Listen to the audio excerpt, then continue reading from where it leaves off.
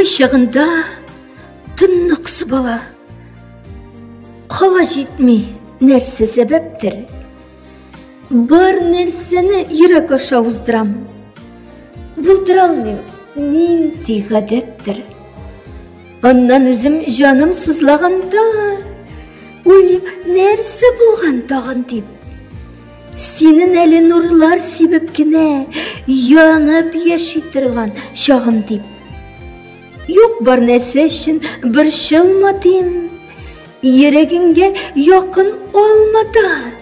Мәғінәсіз болған кішілерінің сөзлеріне құлақ салмада.